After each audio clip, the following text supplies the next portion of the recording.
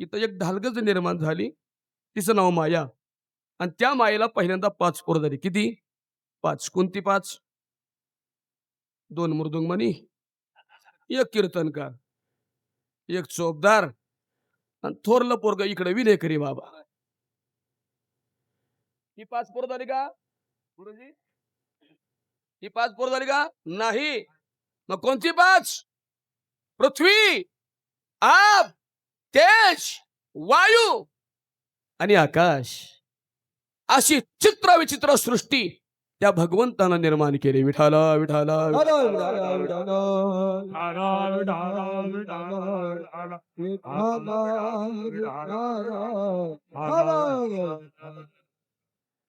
जगाची निर्मिती करत असताना देवानं अति विचित्रपणा निर्माण केला. जग निर्माण देवानं कसं केलं बघा. काही जमिनीवरनं चालणारे, जगाची निर्मिती सुरुवात. काही जमिनीवरनं चालणारे, काही पाण्यातून चालणारे, काही आकाश मार्गाने क्रमण करणारे, काही जलचर, काही भूचर, काही चर, काही खेचर, काही अचर. काही जमिनीवर चालणारे, काही पाण्यातून चालणारे. पण काही काही ठिकाणी देवानं जगाची निर्मिती करत असताना अति विचित्रपणा निर्माण केला.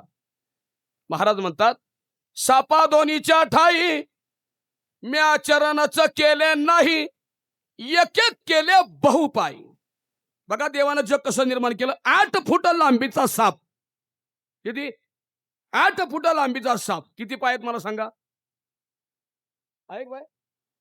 नाही. देवानं जग कसं निर्माण केलं बघा. अति विचित्रपणा. 8 फूट लांबीचा साप, पायाचा पत्त्या नाही. चला पुढे. 6 इंच लांबीची गोम. खैरे बाबा किती पाय आहेत? आता म्हणा मोजता येत नाही. 8 फूट लांबीचा साप, पायाचा पत्त्या नाही आणि 6 इंच लांबीची गोम, पायीच मोजता येत नाही. सापा दोन्हीच्या ठाई म्या चरणच केले नाही, एक एक केले बहुपाई. काय देवानं जग निर्माण केलं. पण देवाच्या लक्षात आलं, जगाची निर्मिती करत असताना आपण सुरुवात जी केली ते सगळे असे आडवे चालणारे, जमिनीवरनं चालणारे, पाण्यातून चालणारे आडवे. तेव्हा देवाच्या लक्षात आलं, आपण आडवे तयार केले, पण ह्या आडव्यांना देव कळत नाही. असं कोण म्हणतंय? असं देव म्हणतोय. देव म्हणतंय ह्या आडव्यांना देव कळत. कळतो? तुमचा पुरंदर तालुका आहे, द्या सोडून विषय. पण आमच्या बोर तालुक्यात सप्त्याची वर्गणी ये ना उद्या. चांगल्या कामाला सुद्धा खोड घालणारी माणसं आमच्या तालुक्यात आहेत महाराज दादा. तुमच्याकडचं चांगलं आहे. पत्रिका बघितल्यानंतर खळद गाव काय ते कळालं. विठाला विठाला विठाला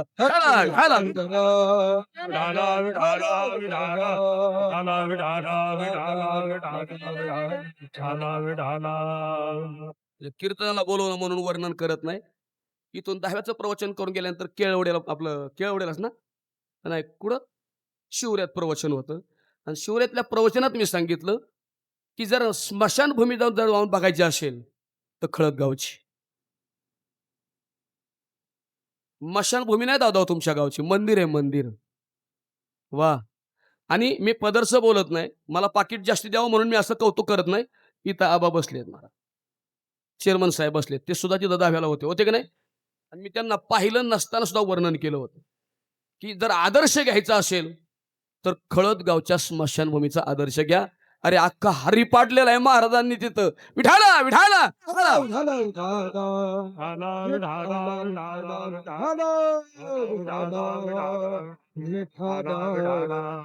देवाला वाटलं हे सगळे आडवे चालणार आहेत, मग यांना देव कळत नाही, मग मला कुणीतरी देव म्हणावा असं देवाला वाटलं.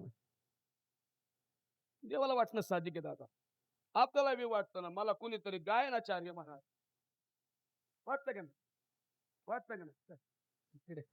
मी का खोटं बोलून राहिलो का दादा? देवालाही वाटलं मला कुणीतरी देव म्हणावा, म्हणून देवानं ही सुधारलेली आवृत्ती तयार केली महाराज.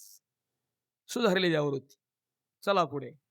ज्या देवानं हे जग निर्माण केलं त्या देवाकडे बघा, त्या देवाला रंग आहे का हो? रंग नाही, रूप नाही, नाही वर्ण छाया. रंग नाही रूप नाही नाही वर्ण छाया. रंग नाही, रूप नाही, नाही वर्ण छाया. रंग नाही रूप नाही नाही वर्ण छाया. हे निराकार निरगुण, निराकार निरगुण, तुझी रघुराया, तुझी रघुराया. हे मै गुलाम, मै गुलाम, मै गुलाम तेरा. मै गुलाम, मै गुलाम, मै गुलाम तेरा. मैं गुलाम मैं गुलाम मैं गुलाम तेरा. मैं गुलाम मैं गुलाम मैं गुलाम तेरा.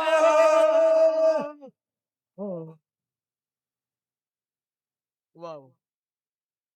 ते प्रथमेश बुवा ते संबूळ वाजलं पाहिजे, संबूळ. आम्ही गोंधळी गोंधळी आम्ही. राहू दे राहू द्या राहू द्या राहू द्या. इथं माझ्या अंगात यायला लागलं, इकून कोणतरी उठल गोल गोगावले.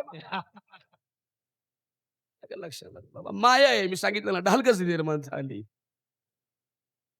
ते संबूळ वाजलं पाहिजे. ते मला नाही येत पकवाज वाजवायला, पण कुठं काय वाजवते मात्र कळत नाही. तुम्ही म्हणाल बाबा तुम्हाला एवढं कळतं तर तुम्ही पकवाज वाजवाय का शिकला नाही? याचं कारण तुम्हाला सांगतो. मी परमार्थात एंट्री करत असताना थोडा विचार केला की पकवाज वाजून पैसे लय मिळतील का कीर्तन करून लय पैसे मिळतील. कारण आता बरेच गायक कीर्तनाकडे वळाले, बरेच मृदुंगमणी कीर्तनाकडे वळाले. त्याच्यापेक्षा असं वळण्यापेक्षा आपलं पहिलंच वळलेलं बरं. विठाला विठाला विठाला.